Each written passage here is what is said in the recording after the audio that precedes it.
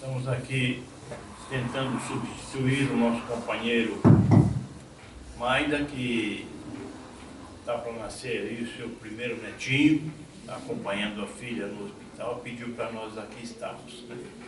E vamos ver se nós conseguimos nos desincumbir do compromisso. Maida está estudado esse tempo todo o livro Espiritismo e Protestantismo, que são cartas trocadas e contestações à vida entre o evangelista, ou não vamos chamar evangelista, vamos chamar protestante, professor Faustino Ribeiro Júnior, e o orientador desta casa, o orientador espiritual desta casa, o senhor Caiba Schutel, nos anos de 1914, nessa época. Diz o professor Faustino que ele já esteve militando nas lides espíritas, né? Eu não sei com que volúpia essa participação dele no movimento espírita aconteceu, e para mim é muito difícil aceitar que uma pessoa que se envolve na doutrina espírita, como deve ser mesmo o envolvimento de um cristão, deixar de frequentar a doutrina espírita. E eu não consigo entender. Então, eu só posso entender de uma forma: ele nunca foi espírita, né? Porque uma vez que você conhece os postulados da doutrina espírita, as orientações dos espíritos, que não é uma doutrina fundada por Kardec, por ninguém, é uma doutrina advinda dos espíritos, com uma razoabilidade enorme nos seus fundamentos, não dá para a gente aceitar que uma pessoa deixe de ser espírita, né? Mas ele se dizia, não sei por quanto tempo também, que ele frequentou a doutrina espírita, conheceu com certeza alguma coisa, mas não a fundo, como orientador espiritual desta casa, o senhor Cabachuto. E no capítulo 7º, do livro Espiritismo e Protestantismo, o professor Faustino faz uma contestação sobre umas colocações que Cabachuto, o senhor Schutel, havia feito no capítulo anterior, né?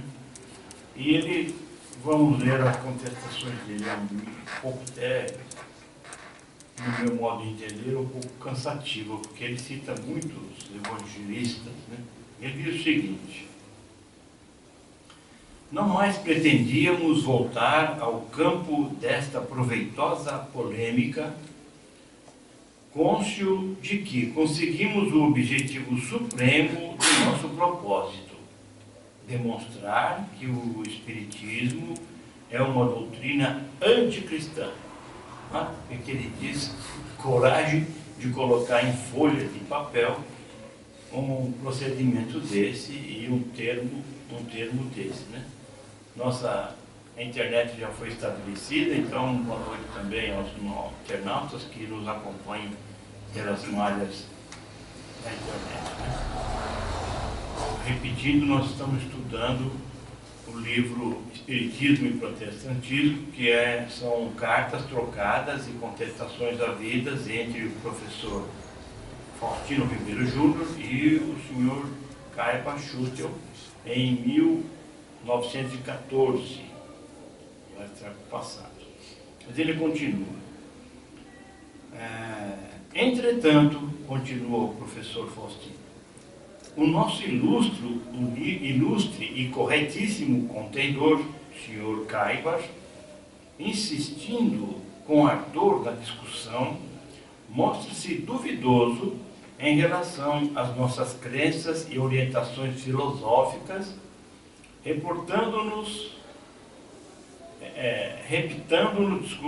com a delicadeza que o caracteriza, a definirmos-nos claramente, pois pareceu-lhe, em certo ponto, que estávamos de acordo com o ilustre sacerdote, padre Dr. João Batista Van Hesse, nosso respeitável e velho amigo filósofo, erudito, de talento de escola.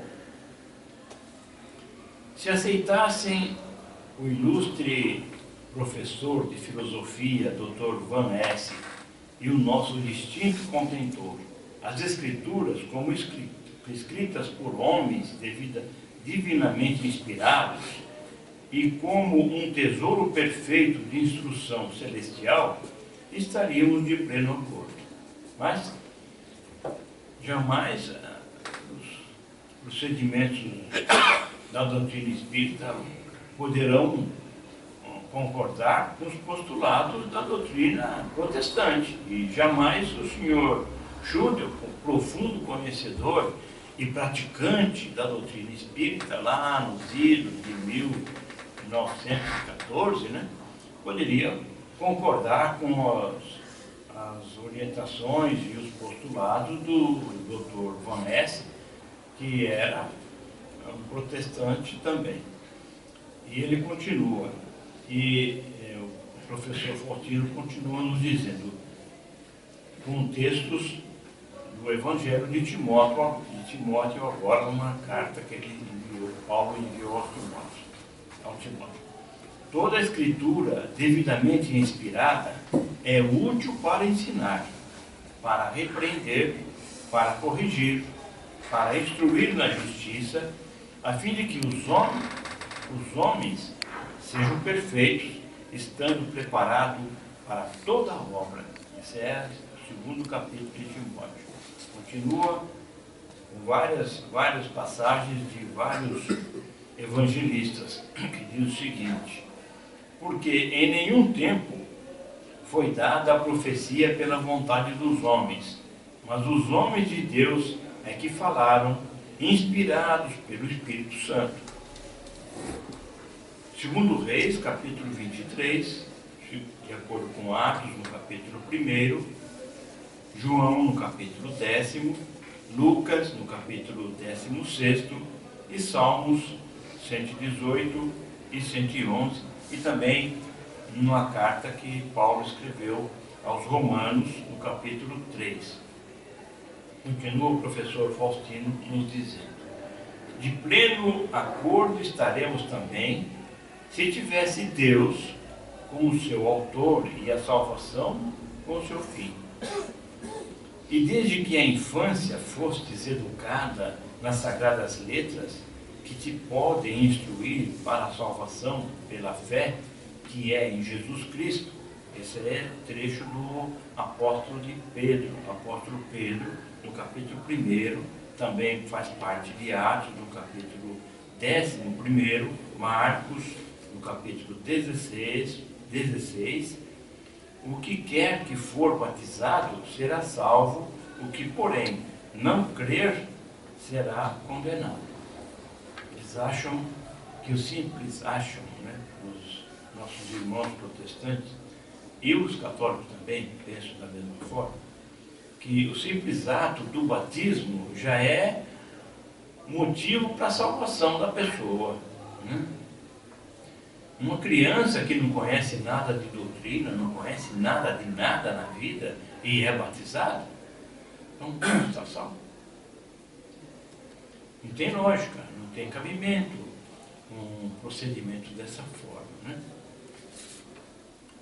Ele continua, citando ainda o Evangelho. E não tendes em vós permanente a sua palavra, porque não credes no que ele enviou. Examinai as Escrituras, pois julgais ter nela a vida eterna. Elas mesmas são as que dão testemunho de mim. O Senhor, agora é o professor Faustino que nos diz, o Senhor Gaibar, conforme se conclui em seus artigos, em afirmativas inequívocas, acha que as Escrituras têm mistura de erros. Jamais nós vamos encontrar nenhum texto, nenhuma palavra do seu Schudel retrucando textos dos evangelistas. Nunca existe isso, não existiu, e não sei onde o professor Faustino encontrou essas considerações para colocar isso na sua carta, né? Mas ele colocou. O Sr. Caibart, conforme se conclui dos seus artigos, em afirmativas inequívocas, acha que as Escrituras têm misturas e erros, repetindo. Não podemos estar de acordo neste ponto, pois as aceitamos como a expressão de toda a verdade. O Espiritismo também tem por base o Evangelho de Jesus, né? Estudamos profundamente as considerações que os evangelistas trouxeram, notadamente Paulo, né? Quanto esse Espírito iluminado nos trouxe de esclarecimento, de orientação. E ele continua, professor. Toda palavra de Deus é purificada ao fogo. Ele é um escudo para os que esperam nele. Não acrescentes nada às suas palavras, para não seres por isso repreendido e achado mentiroso. De acordo com Provérbios, capítulo 30. Santificai-vos na verdade. Tua palavra é a verdade. De acordo com o Evangelho de João, no capítulo 17. Porque, continua citando trechos dos evangelistas, porque eu protesto a todos os que ouvem as palavras da profecia deste livro, que se alguém lhe ajuntar alguma coisa, Deus o castigará com as pragas que estão nas escritas deste livro. E se alguém tirar qualquer coisa das palavras do livro, desta profecia, tirará Deus a sua parte do livro da vida, da cidade santa e das coisas que estão escritas neste livro. Apocalipse, faz parte do Apocalipse no capítulo 22. E também uma carta que Paulo escreveu aos Romanos no capítulo 3. Estabelecendo controvérsia sobre as Escrituras, 4, o Espiritismo não admite que elas sejam e fiquem até o fim do mundo, o verdadeiro e único centro da união cristã.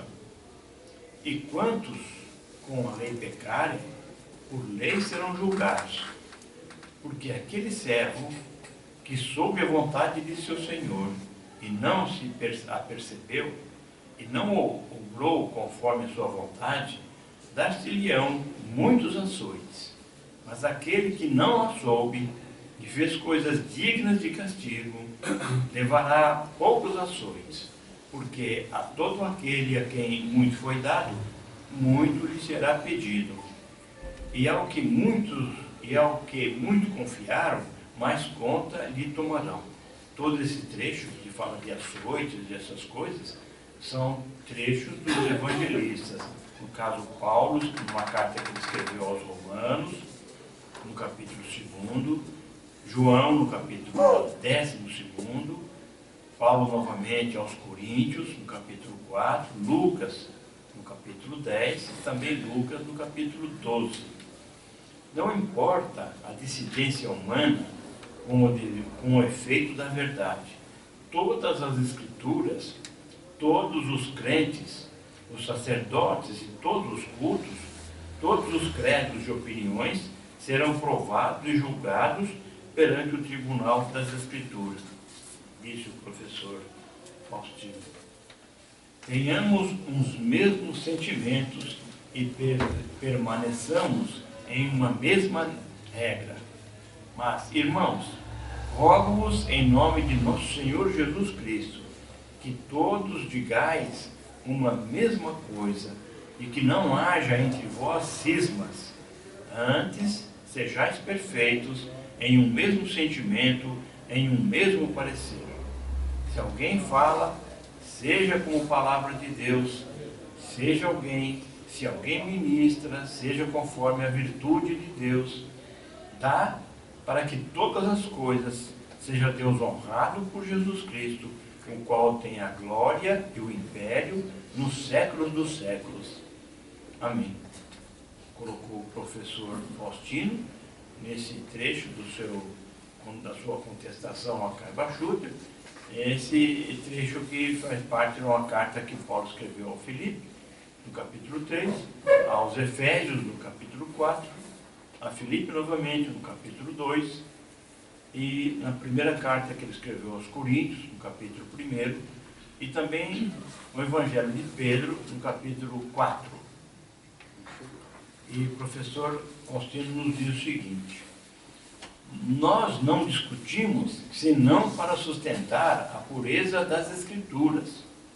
Não procuramos dar outra interpretação, senão aquela que, evidentemente, elas encerram. Citamos os textos ipsis lettere. Os espíritas, ao contrário, estabelecem dissidência, lançam a divisão e torcem os tentos no interesse de eliminar as verdades que não lhes convém. Não sei onde ele viu isso, né? Nós somos estudiosos também dos evangelhos, de todos os evangelistas. Totalmente Paulo, Emmanuel, e quase todas as suas mensagens traz referências aos pensamentos de Paulo nas cartas nas inúmeras cartas que ele escreveu às comunidades distantes, no momento em que ele se encontrava detido, né? Então nós procuramos seguir, jamais contestamos as colocações de nenhum dos evangelistas. Não faz parte da doutrina espírita contestar nem essas contestações que o senhor Schutter fez e colocou nesse livro. É comum na doutrina espírita, é que fazia parte, era necessário na época, porque o senhor Schutter sofreu bastante, muitas contestações dentro da divulgação da doutrina que ele praticava. Teve até momentos de tumulto enorme no centro que ele teve até delegados de polícia dentro do centro, naquela época em que ele praticava a doutrina espírita, era difícil. Na minha época, eu não sou de 1914, não, sou um pouquinho, sou um pouquinho mais novo, sou de 46, tenho 71, mas quando eu estudava, tinha aula de religião no colégio, né, no ginásio, naquela época era ginásio, e vinha o padre dar aula de religião. Então, a gente saía, o professor permitia, né? Quem não quiser, a gente saía, eu, mais um ou outro. Não interessava para a gente saber de postulados de padres, de doutrina católica. Nós tínhamos a nossa convicção, né? Minha família já era espírita, minhas avós já eram médiums, as duas. O que eu vou fazer ouvindo um padre, tendo duas avós praticantes da doutrina espírita, né? E uma das avós nem sabia sobre há pouco tempo, que ela era médium também. Então, vale a pena? Não acreditamos que vale, né? Às vezes, eu também peguei essa época aí, eles pediam para a gente sair. Isso, pediam, é verdade. O Pedrinho estava falando que às vezes o próprio professor, que normalmente era um padre, né, pedia para quem não fosse católico para sair da sala, né? E a gente saía, tudo bem, ficava no pátio, conversando, jogando bola com os amigos, fazendo alguma outra coisa. Mas se ele continua, o seu professor Faustino, caríssimos, trazendo textos do Evangelho, né? Textos caríssimos, não creiais que em todo espírito, mas provai se os espíritos são de Deus. Isso nós estamos cansados de ouvir pelos divulgadores da doutrina espírita, né? Nós sabemos disso, mesmo a orientação desta casa, com relação à parte mediúnica, que algum outro companheiro que está em desenvolvimento mediúnico, laudas que recebe, porventura, é uma restrição muito grande que essa casa impõe a esses recebimentos, porque é preciso verificar, conhecer bem, né, ver a procedência, não é fácil, né? Mais uma coisa, você sabe ler o conteúdo. Conteúdo. Que traz o conteúdo, se passa pelo livro da razão espírita. É verdade. Pedrinho está ajudando a gente aqui, dizendo que é importante, na análise dessas cartas todas, né, analisar o conteúdo, o que se fala, né? Qualquer mensagem que o Espírito deixou. Às vezes a pessoa está iludida, tem a mistificação enorme no meio espírita. Por isso que o Espiritismo sofre tanto, porque existe muita mistificação. Mas o professor continua trazendo textos do Evangelho que diz o seguinte: antes à lei e ao testemunho é que se deve recorrer. Porém, se eles não falarem na conformidade desta palavra, não raiará para eles a luz de amanhã. Examinai, porém, tudo, abraçai o bom. Estes, pois, eram mais generosos do que aqueles que se acham em Telassônica. Cartas de Paulo, comunidade. Telassônica era a comunidade que vivia lá, se relacionando com o apóstolo Paulo, né? Os quais receberam a palavra com ansioso desejo, indagando todos os dias nas Escrituras se essas coisas eram assim. Continua o professor: tomai, outro sim, o capacete da salvação e a espada do Espírito de Deus, trazendo, como sempre frisamos, trecho do Evangelho, no caso de João, no capítulo 4, Isaías também no capítulo 8, e a primeira carta que Paulo escreveu aos Tessalonicenses, e também no 2 Coríntios, capítulo 13, e Atos 17, João no capítulo 4, e Judas no capítulo 1, e também numa carta que Paulo escreveu aos Efésios, no capítulo 6, no Salmo 118, e a carta que ele escreveu a Filipe no capítulo 1. Já nos tínhamos retirado do campo da discussão, continuou o professor Faustino, e fizemos cantando o hino de vitória nesta guerra em prol da verdade e contra o erro. Vitória, não sei de quem. Na cabeça dele, com certeza. Os nossos contendores, entretanto, não quiseram capitular, dignamente, continuando a esgrimir a espada em defesa de uma causa que julgamos de procedência maligna. Imagine falar que uma doutrina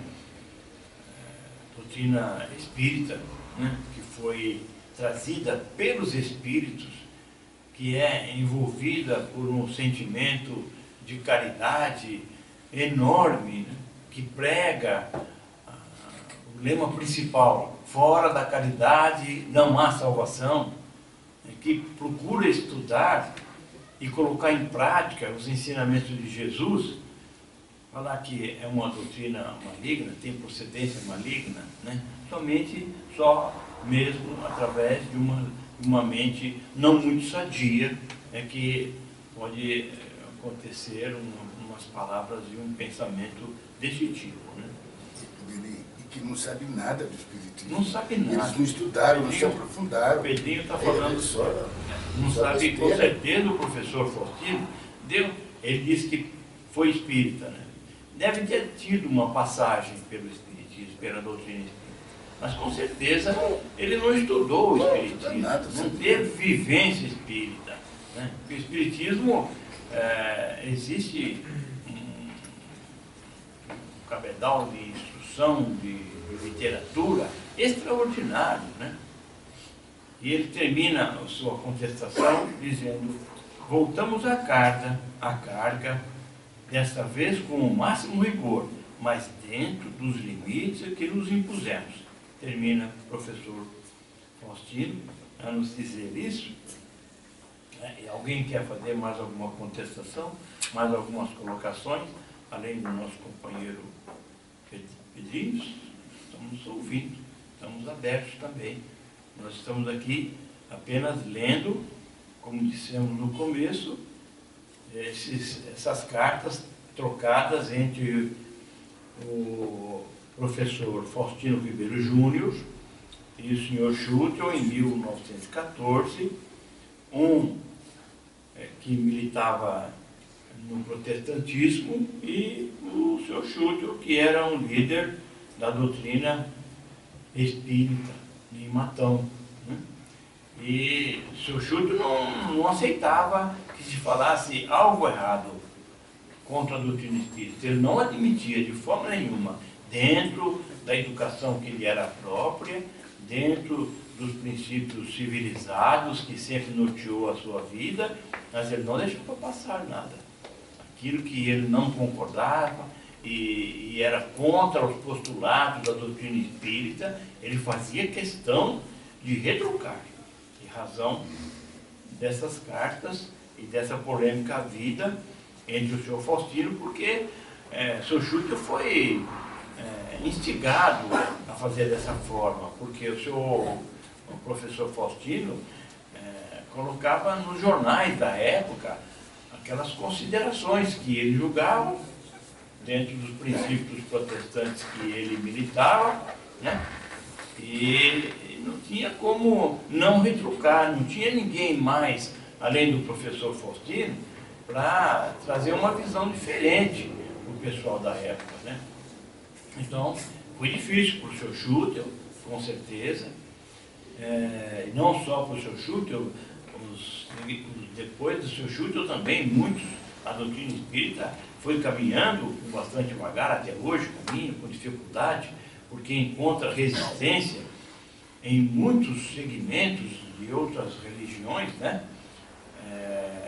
Mas está avante, né? Não deixou de propagar os princípios de Jesus. A doutrina espírita abraça totalmente os princípios de Jesus. Deixa uma coisa a comentar também sobre religião.